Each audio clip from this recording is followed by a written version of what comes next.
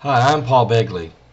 I want to share with you the vision of the founder of our country, President George Washington, and how it literally runs parallel with the belief system of the president of Iran, Ahmadinejad. Now, let me just say this real quick. Ahmadinejad says, while he was speaking at the United Nations last year in 2009, that one of his delegation saw around him a great light. While he was standing at the podium at the United Nations, one of his delegations seen a great white light around him. He said, like a presence. And Ahmadinejad said, and I felt it too. So deep in his heart, he believes that he has been chosen by divine providence, by Allah, to accomplish something great.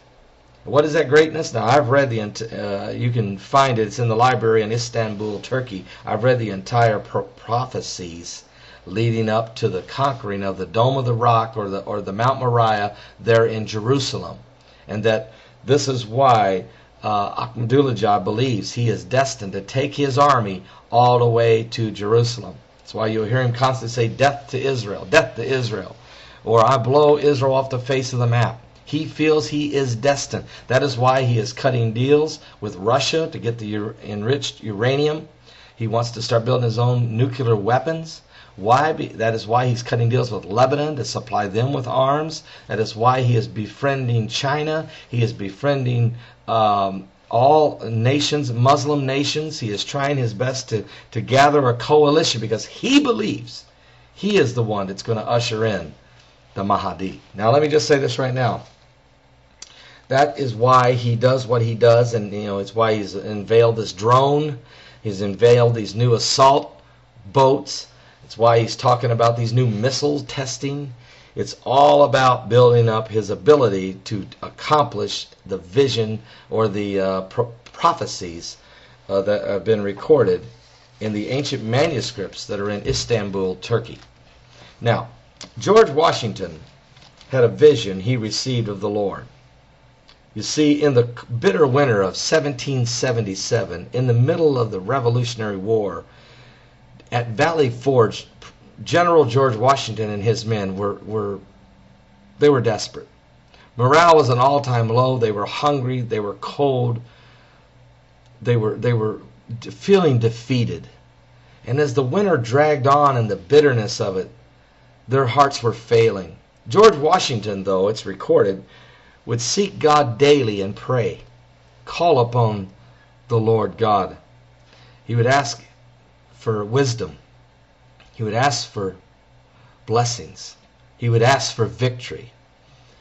And one afternoon, as he went into his tent to pray, George Washington received a vision of the Lord. I want to share that vision with you right now. It says, this afternoon I was sitting at this table engaged and preparing a dispatch. Something seemed to disturb me. Looking up, I beheld, standing opposite me, a singular, beautiful female. So astonished was I that I had given strict orders not to be disturbed, that it was some moments before I found language to inquire the cause of her presence. A second, a third time, even a fourth time did I repeat my question, but received no answer from my mysterious visitor except a slight raising of her eyes. By this time I felt strange sensations spreading through me, and I would have risen, but the riveted gaze of this being before me rendered this impossible. I once more tried to address her, but my tongue had become useless, as though it had become paralyzed. A new influence, a mysterious, potent, irresistible, took possession of me. All I could do was to gaze steadily, vacantly, at my unknown visitor. Gradually, the surrounding atmosphere seemed as if it had become filled with sensations and luminous. Everything about me seemed to ratify. My mysterious visitor herself became more airy and yet more distinct to my sight than before. I now began to feel like I was almost dying, and rather to experience the sensations which I had sometimes imagined accompanying me. I did not think, I did not reason, I did not even move. all were almost impossible. I was only conscious of gazing fixedly at this companion. Then I heard her voice say, "Son of the Republic, look and learn." While at the same time my visitor extended her arms eastwardly, I now beheld a heavy white vapor of some distance rising fold upon fold. This gradually dissipated, and I looked upon a strange scene. Before me laid spread out in one vast plain all the countries of the world, Europe, Asia, Africa, America. I saw rolling and tossing between Europe and America the billows of the Atlantic, and between Asia and America lay the Pacific. "Son of the Republic," said the mysterious voice, "look and learn." At that moment I beheld a dark, shadowy being, like an angel, standing, or rather floating in midair, between Europe and America. Dipping water out of the ocean in the hollow of each hand, he sprinkled some upon America with his right hand, and some on Europe with his left. Immediately a cloud raised from these countries and joined in mid-ocean. For a while it remained stationary, and then it moved slowly westward until it enveloped America in its murky folds. Sharp flashes of lightning gleamed through it in intervals, and I heard the smothered groans and cries of the American people. A second time the angel dipped water from the ocean and sprinkled it out as before. The dark cloud was then drawn back to the ocean, in whose heavy billows it sank from view.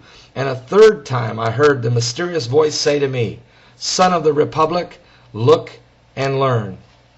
I cast my eyes upon America. I beheld the villages and towns and cities springing up one after another until the whole land, from the Atlantic to the Pacific, was dotted with cities and towns. And again I heard the mysterious voice say to me, "Son of the Republic, the end of the century cometh. Look and learn." And at this the dark, shadowy angel turned his face southward, and from Africa I saw an ill omen approach our land. It flitted slowly over every town and city of the latter, and the inhabitants presently set themselves in battle array against one another. As I continued looking, I saw a bright angel, on whose brow rested a crown of light, on which was traced the word Union. Bearing the American flag, which he placed between the divided nation, he said, "Remember, ye are brethren." Instantly the inhabitants, casting from them their weapons, became friends once more and united around the national standard. I think at that point we realize what George Washington had seen was the present war he was in, the Revolutionary War, how that it looked as if the American people were groaning and were going to be defeated, but then they were given victory. And it happened. It happened, of course. And then he's seen this ill omen, this spirit that come from Africa. And of course that would have been the bringing of the slaves. The horrible thing that America did when it purchased slaves and brought slaves from Africa and spread them out throughout the land. This divided this nation to a point that a great civil war broke out in 1861. President Abraham Lincoln would then have to stand in the shadows of the darkest hour upon the history of the Union. And you notice that George Washington seen from this angel the flag, and as it was driven down into the middle of the conflict, and then this angel said to George Washington, "Remember, ye are brethren." And of course the war ended, the nation that was divided. And instantly it says the inhabitants, casting from them their weapons, became friends once more and united around the national standard. That's part one of the George Washington vision. Part two I'm going to share with you. That is the prophecy of World War III and Ahmadinejad. I'm Paul Begley with the prophecy.